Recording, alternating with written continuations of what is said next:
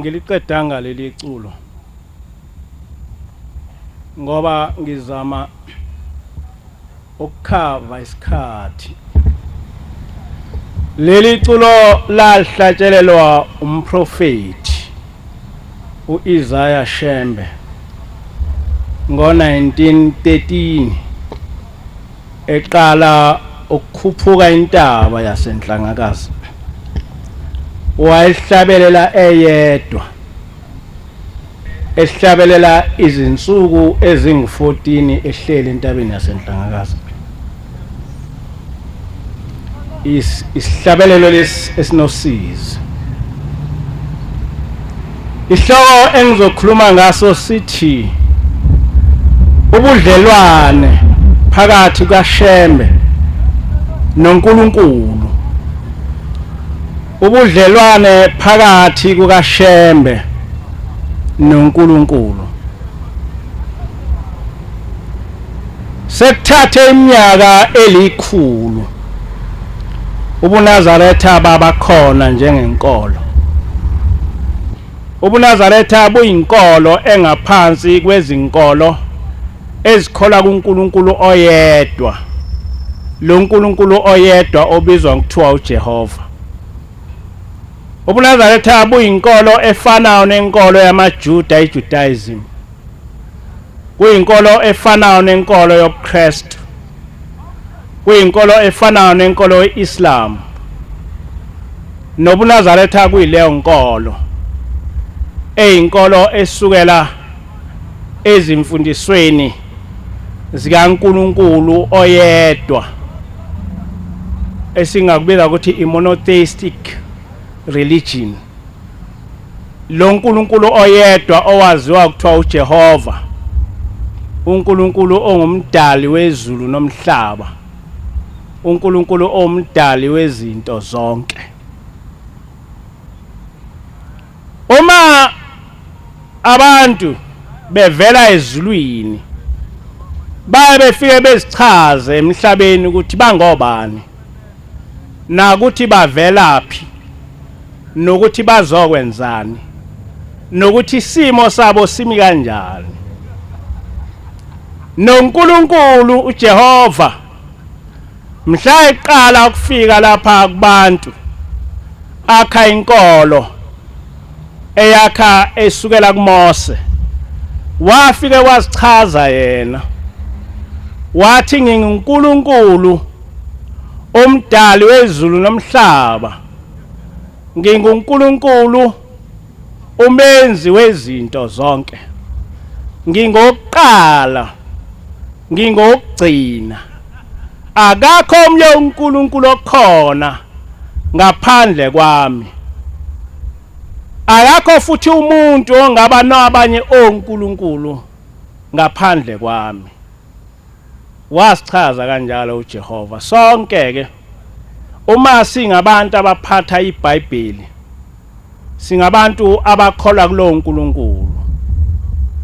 Uma siyinkolo ephatha iBhayibheli, singabantu abakholwa yilowo uNkulunkulu. Noma singaba zinkolo ezehlukene, kube khona ama-Judaism, kube khona amaKristu, kube khona ama-Islam, noma ama-Muslims, kube khona amaNazaretha, kodwa sonke sikholwa kuleyo nkolo yalowo uNkulunkulu owazichaza kuMose. Amen. NoJesu ngenkathi efika lapha emhlabeni wachazwa ingelosi. Uma ngaphosi singithi kuMathewu wokuqala ivesi lika 20, wasichaza ukuthi njengoba elapha ungumoya kaNkulunkulu uze lapha ukusindisa abantu ezonweni zabo, uyindodana kaNkulunkulu. Wasichaza namaKristu uma ekhuluma yonke into ngoJesu asuke ekhuluma into azichaze yena kubo. Namhla ke ngizokhuluma ngoShembe ukuthi yena uthema efika lapha emhlabeni wasichaza wathi ubani, wasichaza ukuthi uyini. Sengishilo ngathi lenkolo isihlale iminyaka engama-100. Umnikazi wayo wayichaza kahle zonke izinto oyizona yena, wasibhala phansi, nezinto uNkulunkulu amthume zona wasibhala phansi. Ezinye wasikhuluma ngomlomo, ezinye wasibhala phansi. Kodwa kule minyaka eyikhulu akuzange ukuqonda kwemfundiso nkolo yobuNazaretha kucace. Okona kuba kucace kuya ngokuya kuba sehlathini. Uma ngikhuluma ngalesi sihloko esithi ubudlelwane phakathi kukaShembe noNkulunkulu, ngithi ngizama ukuba ngiqondise leyo nto ukuthi lenkolo yobuNazaretha eyinkolo engaphansi kwenkolo ekholwa uNkulunkulu oyedwa ogama lakhe linguJehova, eyinkolo efana nenkolo yamaJuda, efana nenkolo yamaKristu, efana nenkolo yamaMuslims, kube inkolo ecacile, ingaba inkolo esehlathini. Abantu abathi mabekholwa kuyo begcine bengazi ukuthi bakholwa yini, emi kanjani. uShembe wasichaza yena ngo-1931, wasichaza yena uthi uShembe kokunye ukukhuluma kwakhe uthi engikwaziyo ukuthi umprofeti uhlala emkhathini wezulu. Umprofeti uhlala emkhathini wezulu, alindele isizwe esonile, ebese uNkulunkulu ogama lakhe linguJehova amthumele kuleso sizwe. Uyayethi uNkulunkulu mayesebonile ukuthi lesi sizwe kufanele sehlisele umprofeti ukuba esiqondise, asifundise izindaba zikaNkulunkulu, asifundise indlela yokukhonza indlela kaNkulunkulu. Abese uJehova akhetha kulesizwe, akhethe intombi nensizwa abanenhliziyo ehlanzekileyo, abese uyabahlanganisa ngothando. Bese bethi mase behlangene laba abantwana ngothando, bese kufika isikhathi sokuba beganane. Uma sekufika isikhathi sokuba beganane, bese kuthi umprofeti ohlala emkhathini abese uyehla lapha emkhathini eza ezongena kulona wesifazane ehlale kuye eyisimo somoya bethi mabehlangana laba bantu besethi mayizalwa lo mprofeti ezalwe ewumuntu ofana nathi eyingane efana nazo zonke izingane akhule efana nabo bonke abafana abe insizwa abe yiyo yonke into kuze kufike isikhathi lapho uNkulunkulu afuna ukusebenza ngaye khona. Kothi uma sekufike isikhathi lapha uNkulunkulu afuna ukusebenza ngaye khona ebese uNkulunkulu uyamvezela ukuthi umprofeti kaNkulunkulu ebese uyaqala uyazazi ebese uyaqala uyaziqonda ebese eqala ukwazi umsebenzi wakhe owawuzela lapha emhlabeni. Uthi ke uShembe kunjalo nakimi batabami nami ngazalwa njengani nje ngakhula njengani nje kwaze kwafika isikhathi lapho khona uNkulunkulu afuna ukusebenza khona ngami. Uthi ke mhla uNkulunkulu eseqala ukungitshengisa ukuthi ngingumprofeti oyisima kanjani uthi wangimemela entabeni yasenhlangakazi ngafika ngahlala khona izinsuku eziwu14 ngilindele uNkulunkulu ngilindele umdali wezulu nomhlaba ngilindele uJehova ngahlala kule ntaba yasenhlangakazi ngilindile. Kodwa ngolunye usuku uNkulunkulu wayese uyafika kimi.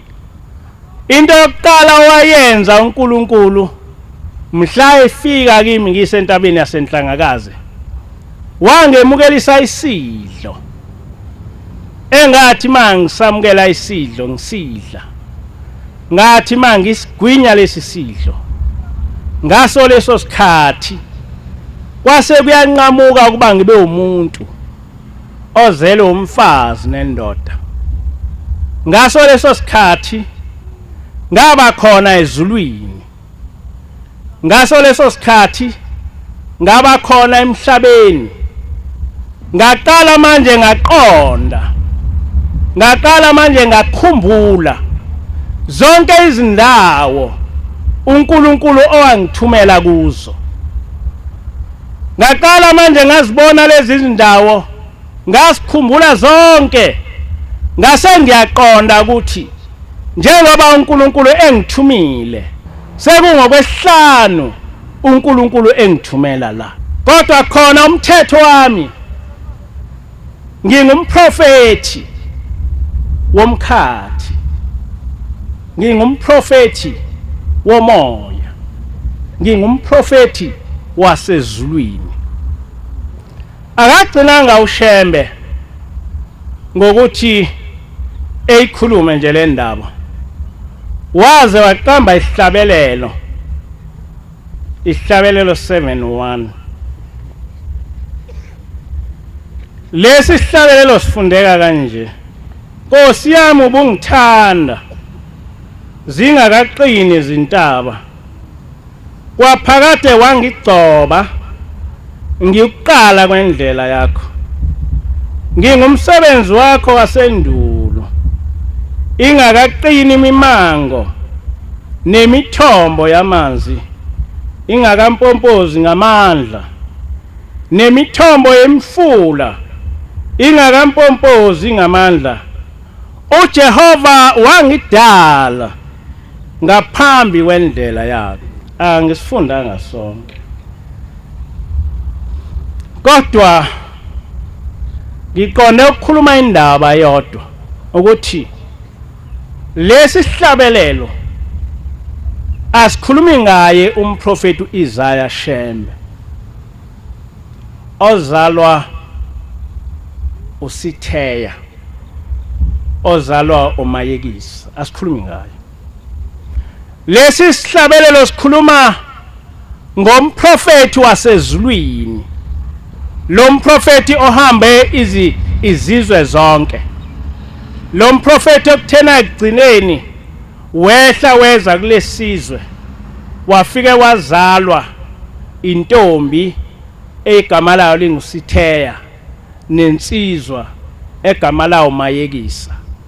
Kodwa lesihlabelelo sikhuluma ngalowo muntu. Lo muntu lona ongananina, lo muntu lona onganayise, lo muntu lona onganakuqala nokuphela kwezinsuku.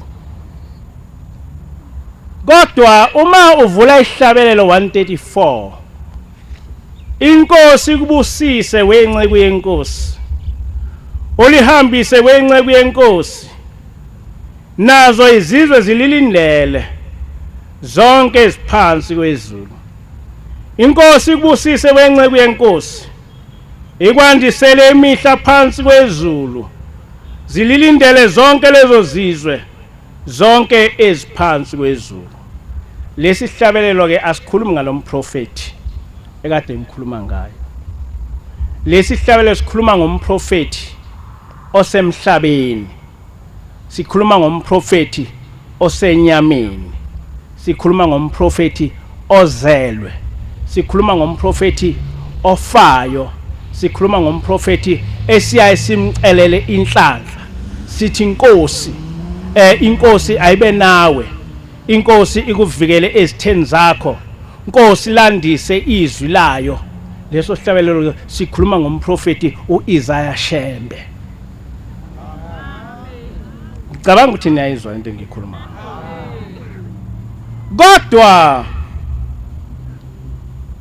lesi sihlabelelo engiqale ngaso u7:1, uma ufunda ivesi lesithathu lithi nemithombo yemifula ingakampompozi ngamandla uJehova wangidala. Kusho ukuthi nalomprofeti womkhathi naye udalwe nguJehova. Nalomprofeti womkhathi onganaqala kwezinsuku, onganagcina kwezinsuku, onganayise, ongananina, omkhulu kunayo yonke into owaqala ngayo uNkulunkulu, kodwa naye udalwe uJehova. Kusho yena.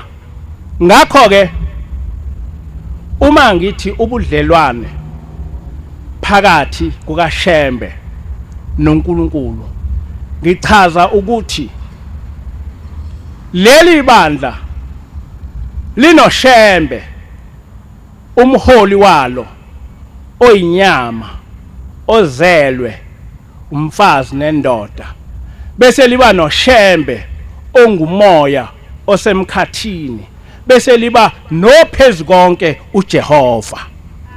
Sonke singaphansi kukaJehova. Leli bandla uNkulunkulu walo omdali wezulu nomhlaba, uNkulunkulu ogama lakhe linguJehova. Yonke lento esiyenzayo, amandla ethu nokwenza kwethu nezibusiso zethu nezulu lethu lizulu likaJehova. NoShembe ongumoya uthunywe uJehova, wahlala kuShembe oyinyama, bonke laba bantu bangaphansi kukaJehova. Manje ke leli bandla lamaNazaretha selibe nabaprofeti abane noma abaholi abane. Owokuqala umprofeti uIsaiah Shembe, owesibili ubaba ilanga uJG Shembe, owesithathu ubaba inyanga yezulu uAK Shembe, owesithathu ubaba uthingo lwenkosazana uMV Shembe. Bane laba bantu. Kodwa kuvama ukuba nembuzo yokuthi lo moya walomprofeti engikhuluma ngaye, lo mprofeti ohlala emkhathini wezulu, wehlela kanjani kulabo bantu abathathu? Sizwile ukuthi wehlela kanjani kumprofeti wokuqala umprofeti Isaiah Shembe, kodwa ke kulabo abathathu wehlela kanjani kubo? Ngiyafisa ukuba ngikhulume indaba eseBhayibhelini. Le ndaba eseBhayibhelini itholakala kuMakhosi esibili, isahluko sesibili, kodwa ngizokhuluma nje izinto ezimbalwa kuso. Le ndaba eseBhayibhelini ikhuluma ngomprofeti. Lo mprofeti kwakumprofeti wayefana naye uShembe. Lo mprofeti igama lakhe kwakuthiwa uEliya. Lo mprofeti lona wayehamba nomfana owayishumayela naye. Lo mfana lona igama lakhe kwakungu-Elisha. Bahamba lo mprofeti ehamba nalo mfana. Kwase kufika izwi likaNkulunkulu kuye ukuthi uNkulunkulu uzomthatha ngenqola yomlilo ehambe naye. Kuthe mangabe sekufika isikhathi lapha lenqola izofika imthatha, lo mprofeti wase uyamtshela lo mfana uElisha, wathi mfana wami, uNkulunkulu sengitshelile ukuthi uzongithatha. Cela noma yini othanda ukuyicela ngingakasuswa kuwe. Cela noma yini othanda ukuyicela ngingakasuswa kuwe. Uthi ke uElisha, Nkosi, ngicela ukuba umoya wakho uphindwe kabili kimi. Nkosi, ngicela ukuba umoya wakho wasezulwini, umoya wakho wokuprofeta uphindwe kabili kimi. Uthi ke uEliya, mfana, ucele into enkulu kakhulu, kodwa uma ungibonile uNkulunkulu engithatha, lo moya uyobe wehlele kuwe. Kodwa uma ungabonanga uNkulunkulu engithatha, lo moya uyobe awehlele kuwe. Wayekusho kanjani lokho uEliya? Lokho uEliya wayekusho ngoba ukusuka kwamoya kuye kuze kuElisha kwakungekho emandleni akhe, kwakusemandleni kaNkulunkulu. Umprofeti akakwazi ngokwakhe ukuzibekela ozomlandela. Umuntu okwazi ukubeka umprofeti emva komunye umprofeti uNkulunkulu. uNkulunkulu owakhetha uMose, kodwa uMose akazikhethelanga uJoshua. NoJoshua wakhethwa uNkulunkulu. NoEliya wayengakwazi kuba ezikhethele lo mfana, kwakufanele kuba ekhethwe uNkulunkulu. NoShembe umprofeti akazikhethelanga abazomlandela, bakhethwa uNkulunkulu. Akasifunde isihlabelelo 220. Zofunda amavesi 6, 7 and 8. Ngeke ngakhuluma ngalama vesi ngesonto elidlule, ukuthi lama vesi umprofeti wawabhala mhla ka1 May 1935 eselele phansi elindele ukuhamba emhlabeni. Wahamba ngakusasa ngomhla ka2 kuMay 1935 kungoLwesine. Lama vesi abhalwa ngoLwesithathu ntambama ngo4:30 ebhalwa umprofeti. Amavesi ayinkulumo yokugcina kamprofeti owayikhuluma ngaphambi kokuba umphefumulo wakhe uphamba noma uhlukane nenyama. Ngathi ngesonto ledlule lama vesi lana amaNazaretha kufanele ewazi. Ngiyafisa ukuthi namhlanje na ngesiwasho sonke kanye kanye. Nkosi yamazulu nomhlaba masinyane uzongibiza ungabalibala abantu bakho amaNazaretha ayingcwele vuso omunye endlini yami ahola abantu bakho umnike inhliziyo efana nayo eyakho umphathe umgcobe ngamafutha umusa inyama yami ikhathele izolala ethuneni umoya wami uzovuka wembathe inyama entsha waphakade bengizelwe nanini ngiyakuba khona lama verse lana akasiyona iwill lama verse awumthandazo womuntu owayesehamba emhlabeni ecela kuNkulunkulu umprofeti akazange wambeka ubaba ilanga wacela kuNkulunkulu ngoba umprofeti wayengenawo amandla okubeka umuntu ukuba ebe umholi emva kwakhe ngoba kwayena wayengazibekanga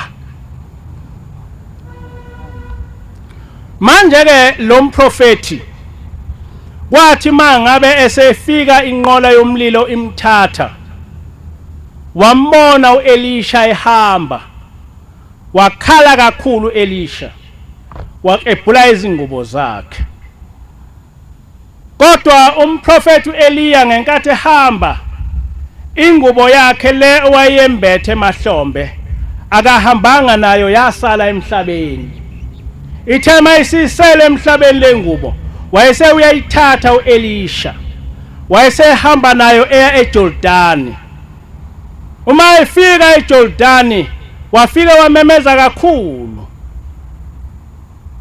wathi Jehova uNkulunkulu kaEliya ukuphi ngenkathi esho njalo wawashaya amanzi ngalengubo ahlukana phakathi ngenkathi ehlukana phakathi lamanzi kwase kuyacaca ukuthi umoya kaEliya wehlele kuElisha amandla kaEliya ehlele kuElisha lithi ke iBhayibheli amadodana abaprofeti baseJerikho bathi hawu ngempela umoya kaEliya wehlele kuElisha akashonga amadodana ngabaprofeti ukuthi hawu umoya kaJehova wehlele kuElisha athi umoya kaEliya wehlele kuElisha ayisehamba eyakuye efike emkhulekela kodwa amadodana abaprofeti basekuphakameni kwathi ma umoya kaNkulunkulu wehlela kuyise bathi cha awukwazi ukuthi umoya kaNkulunkulu wehlele kubaba omncane ungehleli kithi esingamadodana abaprofeti awukwazi ukuthi umoya kaNkulunkulu wehlele kubaba omncane ungehleli kithi esingamadodana omprofeti baqala babala izindlu zonina kuthi mina ngindlu esiyesingaki kubaba umama uyindlu yesingaki ngakho ke lo moya kaNkulunkulu kufanele wehlele kimi ungehleli kubaba omncane hayi ubaba omncane ubambile kodwa amadodana abaprofeti baseJerikho bathi mabebona ukuthi umoya wehlele kuElisha ebekuumfana nje ohamba nelokhuza bagijima bayomkhothamela ngoba kwakungabantwana abafundiswe indaba kaNkulunkulu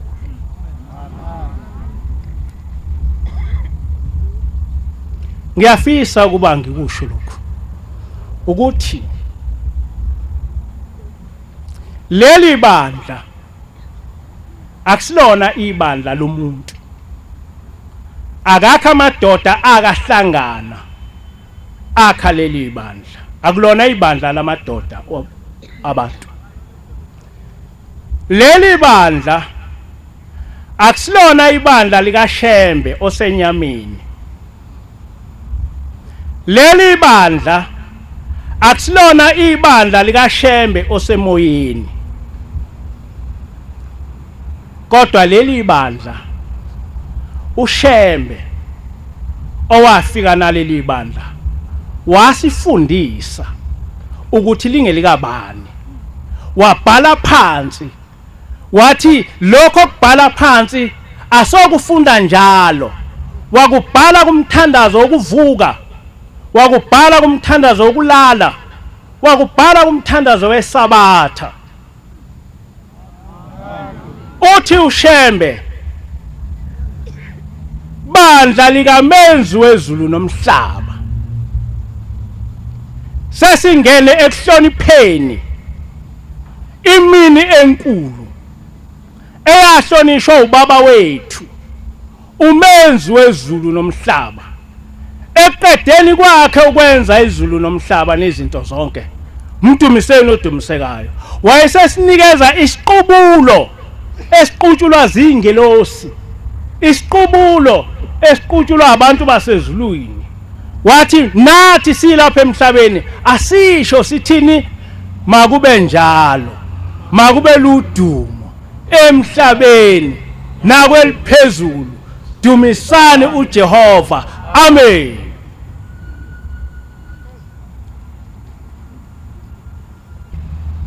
Ngikhuluma into eyodwa ukuthi leli bandla akusilona elomuntu.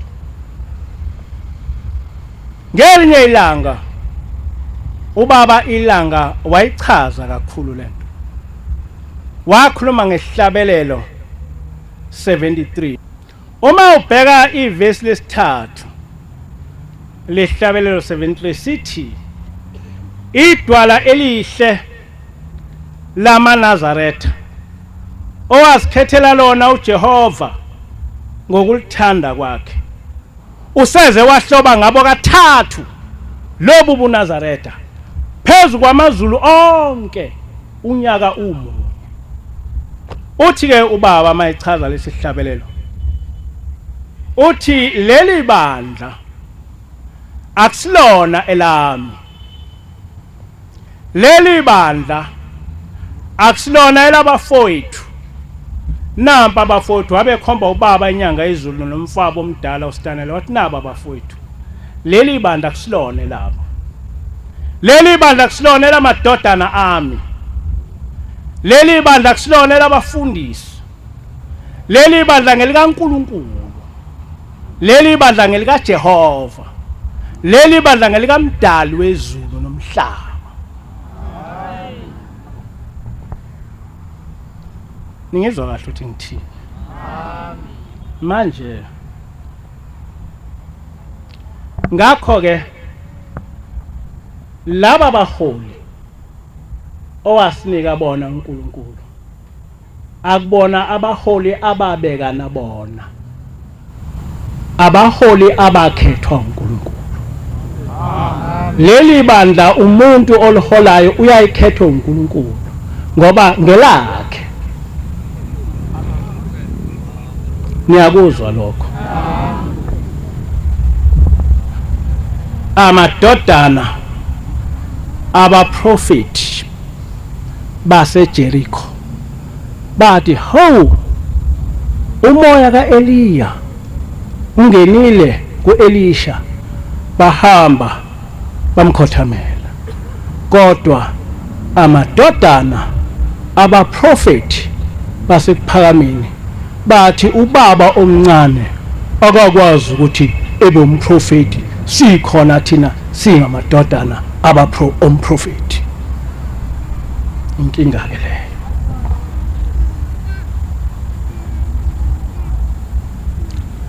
Ngiyafisa ukuba nazi ukuthi uShembe osenyameni ukuze ebe ushembe onomoya ufanele ukuba exhumane noshembe osemoyeni. Njengoba uma ufunda incwadi kaMathewu wokuqala verse 20, uJesu wazalwa ewumoya. Kodwa uma ufunda incwadi kaMathewu 2 verse 13, lithi iBhayibheli ngenkathi uJesu ebhajadiswa kwehla umoya oyingcwele wahlala kuye. Umbuzo uthi uma wayewumoya, lo moya owawusuwehla wawusungwesingaki? Kodwa lona owokuqala kwakuwumoya omenza abe umkhethwa kaNkulunkulu. Lona wesibili kwakuwumoya omenza ukuba asebenze, activator ukuba asebenze umsebenzi kaNkulunkulu. Noshembeke kunjalo. Ushembe akakwazi ukuphilisa umuntu ngaphandle kokuba ephiliswe ushembe owumoya. Ngelinye ilanga ubaba inyanga yezulu wayiphilisa abantu, kusukuma abantu lapha ekuhleni, efike ekhombe umuntu ethi sukuma, umuntu esukume. Abantu basebeletha abantu abaningi abazi ishosha, beqhamuka abantu ngeyimoto, beqhamuka abantu ngamabhala belethwa kubaba inyanga yezulu ukuba ezobasukumisa, ngoba sebelizwile udumo lokuthi lapha eNazaretha ubaba inyanga yezulu usukumisa ishosha. Ningilalela uthi ngithini? Ubaba wayesekhuluma into eyisimangaliso. Uthi ubaba inyanga yezulu, ngibona abantu beletha ishosha lapha bethi angisukumisa. Angazi mina ukuthi isishosha sisukumiswa kanjani. Angazi mina ukuthi isishosha sisukumiswa kanjani. Uthi ubaba inyanga yezulu, ngenkathi ngiqala ukusukumisa ishosha, ngathi ngithandazela abantu, kwaqhamuka umuntu oyishosha wafika wabekwa phambi kwami. Ngase ngizwa izwi, lezi ngalizwa ukuthi yizwi likaBaba. Lathi lelizwi mtshele asukume ahambe, laze lasho kabili. Kodwa ngenkathi lisho lelizwi ngangabaza ukusho lokho. Uthi ngase ngizwa sekuqhamuka izwi eselingithethisa, eselinolaka, ngalizwa ukuthi yizwi lenkosi yasekuphakameni. Uthi ngezwe ukuthi yizwi lenkosi yasekuphakameni, lathi awuzwa yini ukuthi kuthiwani? Kuthiwa mtshele sukume ehambe. Uthi ubaba inyanga yezulu, ngase ngithi ke sukuma uhambe, wayese uyasukuma umuntu. Uthi ke ubaba inyanga yezulu, njalo mangithi umuntu akasukume ehambe, kusuke kungasho mina, kusuke kukhona izwi lasezulwini elingitshelile lathi angimtshele asukume ehambe. Ngoba uma mina ngokwami ngingathi akasukume ehambe, angeke esukume ehambe. Ngase ngakhumbula mfundisi, ngakhumbula incwadi kaDeuteronomy 18 from verse 19 mhlambe 20, lapho khona uNkulunkulu ethi ngiyawubeka amazwi emlonyeni wakhe, lokho yokukhuluma kuyokwenzeka. Kodwa uma umprofeti ezikhuluma ngokwakhe, lokho okukhulumayo engakutshelwanga yimi, niyobona ngoba uma ethi uyakukhuluma kungenzeki, lo mprofeti uyobe yikhulumela ngokwakhe, uyayikhukhumeza. Uthi ke ubaba inyanga yezulu, ngeke ngiyenze into engayitshelwanga yizwi. Ngeke ngiyenze into engingayitshelwanga yizwi. Le ndaba ingikhumbuza indaba kaJesu owayikhuluma kuMathewu 16, angazi noma la khona uverse 13 yini, lapha ethi akakusikhulumela ngokwakhe, kodwa uyokhuluma lokho akuzwayo anitshele okuzayo. Ubaba inyanga ezulu wayisukumisa abantu ngezwi olizwile eliqhamuke kumprofeti wasemoyeni lakhuluma kumprofeti wasenyameni. Umprofeti wasenyameni walidlulisela kumuntu lase liyasebenza.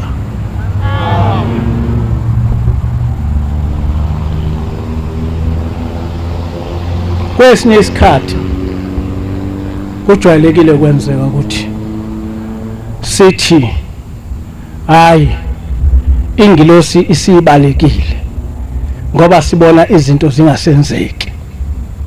Angithi kuba njalo maNazaretha, kodwa siyasithi ingilosi ibalekile kodwa ushembe wasenyameni usuke engabalekile.